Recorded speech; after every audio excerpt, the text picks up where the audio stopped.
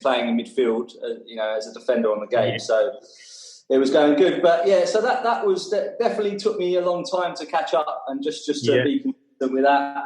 Interesting really, to hear your best move though, mate, because your best move is probably what won it for you. What do you think that was? I can't really pin it on one player, to be honest with you. I would say Fernandes from United. I know we all went through him. I went through him quite early doors, as soon as he came to Man United. Greenwood as well, especially again the last few weeks of the season. He banged in quite a few goals. And sticking with, captain Salah when other people were sort of, shying away from him a little bit. He wasn't necessarily finding his form, but just sticking with him. And I know there was a week with De Bruyne as well, because a lot of people were taking De Bruyne out of the team, and I know he scored his biggest point of the season. So I'd say that they're probably the three players that helped me the most and gave me the advantage. I think, mate, your best move, getting Fernandes in early doors, was actually also Manchester United's best move, because that guy brought us into third position overall. I think without him, Man United probably would not have got Champions League football. Fair play Fernandes, and he's got to be one to look at next season. Well done to you getting him in early. Sean John McGinn fanboy, second last season, second this season. Definitely some good moves there. What was your best move, your biggest mistake? I think my best move, which I got ridiculed for at the start of the season, and the one player I had in my team throughout consistently, was Danny Wings. And you guys absolutely laughed at me, right? He finished as the third top goal scorer out of all strikers, and he just kept on doing it, right? I was also pretty early to react. I got Vardy in just before he started getting that load of points in October. That was kind of when everyone was doubting him, but then again, I kept with Vardy for far too long. So Danny Wings, I thought was the best. Danny Wings from the start is a solid move, and that was the most difficult thing. And I think a lot of people, perhaps myself, I speak for very highly. I just kept on thinking he's not going to do it. He's not going to do it. But he did it constantly. And do you know what was the most annoying is he'd just only score one goal, but he'd always get 3 bonus points. I just don't know how the bonus point system works. This summer we should have, by now the Euros should have been over, right? Do you think he would have been one of England's main starting men up? He would have had to. There's no way he would have been. Yeah. In January, I think you had a very strong opinion. Otherwise, one of you on one of the episodes as well about how he wasn't the caliber, but he just kept on doing it, right? He never sort of gave up. Who had that opinion? It could have been me, was it? Yeah, it was. I think you got it mistaken. I was talking about Mings, mate, not Ing. The Villa lad. Yeah. But no, I do still think he wouldn't be in England's starting lineup. Definitely not. I would say Rashford for me is above him. Kane's above him. I'd put Greenwood in ahead of him at the moment. I feel like he's had a one-hit wonder season. It's almost like, those sort of bands that have a one-hit wonder. When you think of plain white tees with Delilah, it's exactly the same. He's gone up in value this season as well, hasn't he? He's gone up to 8.5 now. That's the question. He's going to be expensive next season. Will you buy him next season? We'll see. I'm not going to give that away right now. Plenty to be done before then. Playing it coy. Biggest mistake, Sean? Biggest mistake was picking up that injury in game week 31. Or so. I took my eye off the ball. I didn't really know what was going on. Obviously, COVID, throwing the fixtures out of whack and not paying attention to the sort of game and just thinking, there's plenty of time to make fixtures and to make transfers. And the next round of fixtures were up, and 4 weeks without a transfer really cost me there. And part of that reason was because I was too bitter to even take on any United players, right? And that was the period where they were surging, right? And you guys all reacted quickly. I had Fernandes in once he joined, picked up a lot of points, but actually just after COVID, I took him out of the team, then kept him out. And, obviously every Man U went on for a fine string of results, plenty of points their way, and being too bitter to pick up any of their players or even remembering to make them, it really cost me. I think that's a good point, and the moral of the story there is that fantasy can really teach you these life lessons to let go of grudges. And I'm the worst for it. I wouldn't put Danny Ings in, I wouldn't put Grealish in because of his socks, and the look of players and Maddison with a hairband, I can't be having that, even though I had Cantwell. It just makes no sense. But really, you can't hold grudges. You've got to be a good person. You've got to love everybody. And then your fantasy team will flourish. And on that note, Captain Russ, you're a lover. What was your biggest? Not a fighter. Well, I suppose let's start with my best decision. I agree with everyone, everything that everyone else has said. Like Fernandez, I bought him when he first came out, so he obviously did me a few favors, and my team just transformed within a space of like a couple of weeks. Like having no Man United players to having 3 Man United players kind of speaks for itself.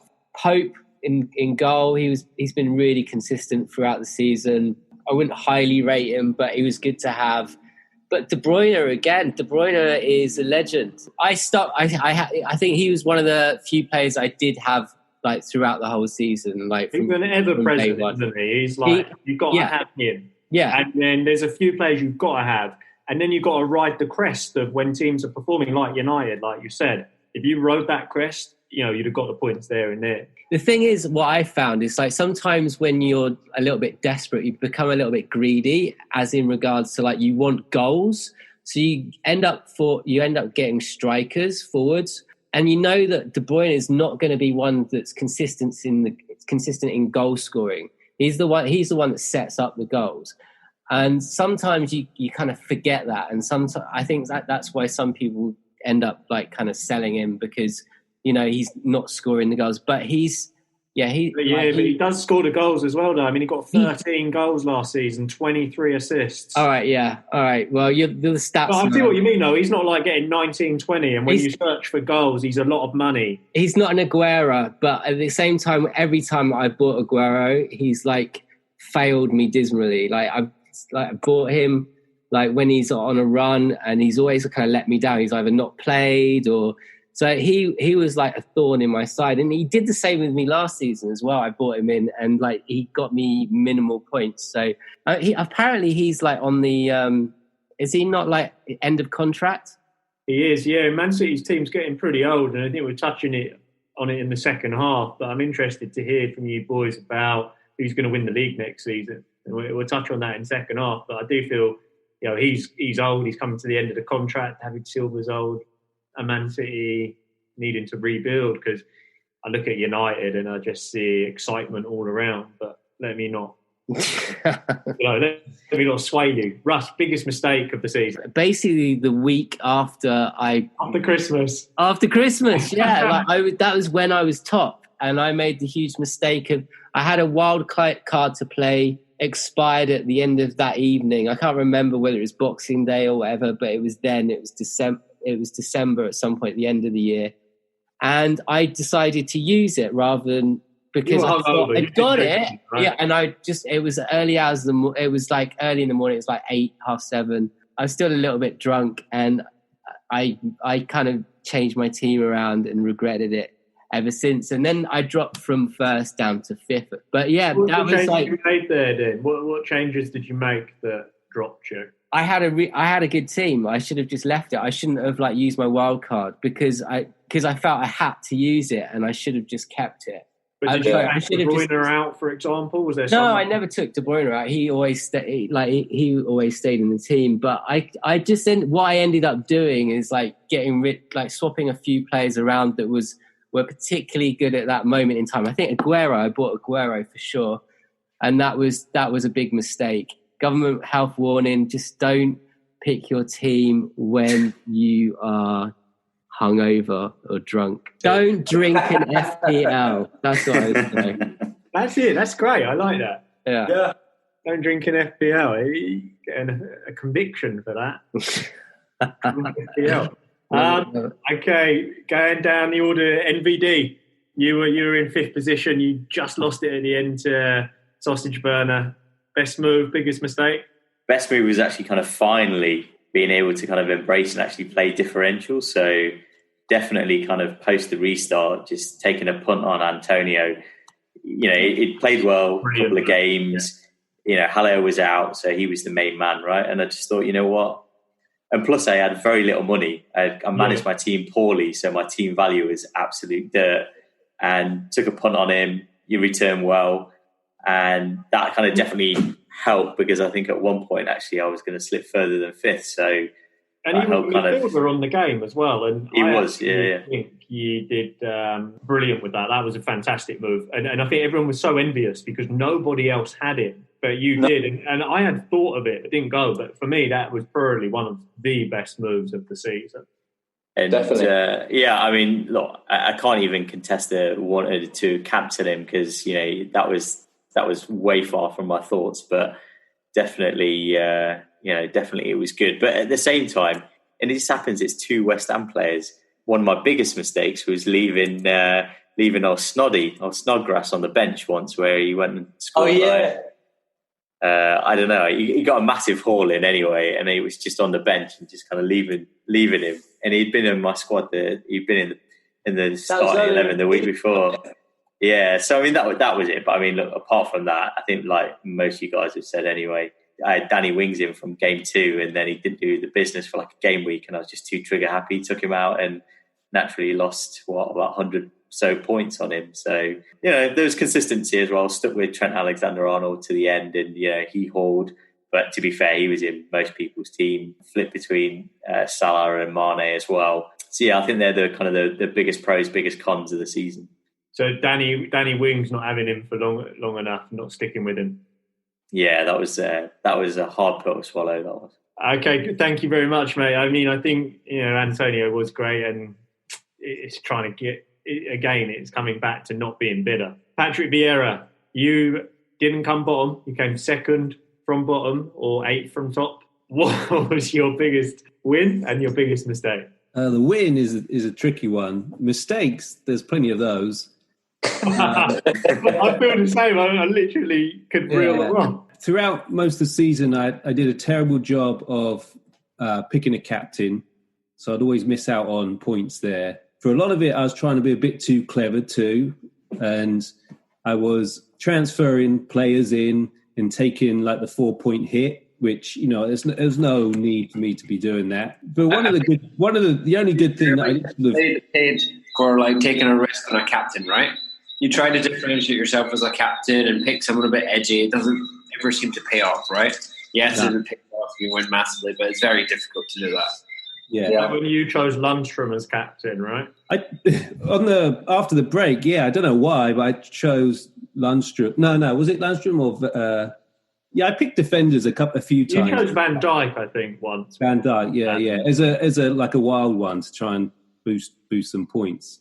But throughout the season, I was making terrible captain choices. Do you actually know how many points you lost by taking hits during the season? That's a good question. Oh, yeah. I don't. I actually lost 48 points on hits throughout the whole season. Yeah, that's quite a chunk, really, right? Yeah, definitely. You still wouldn't have won.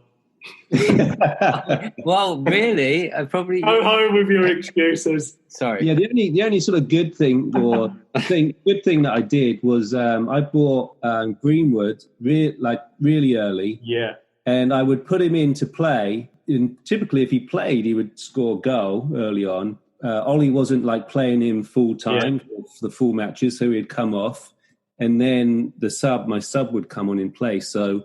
It was if Greenwood played, he was scoring points, and if he wasn't, then my other guy would just come in who would get 2 points or something. I don't know, but unless Ollie brought him on for the last 15 minutes and he did nothing with. But I mean, you saw the talent there before anyone, and I think Greenwood was brilliant this season. He was so inexpensive too, so it's just a good one to have and to keep throwing on. But that was just a bit of fluke, really, I think. But I kept with it, and he did me all right. He scored like 10 goals in the end, I think. He's only a youngster as well, isn't he? Yeah, I mean, the guy got 10 goals, 1 assist, and only played 1,000 minutes of football. He looks brilliant. He looks like he's over 12 games. Brilliant.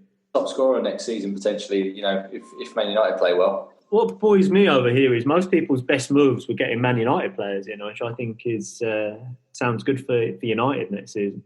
Towards the end of the season, it was a good move, up until the last 6 games or something, and it was when no one else was playing, it was a good strategy when no one else had anything to play. Right, gents, I want to wrap up this part of the podcast and the programme. I'm obviously going to have to just chip in with my biggest mistake, my best move. Now, my biggest mistake, I don't know where to start. Like Vieira said, there were so many. First, it was Fleck.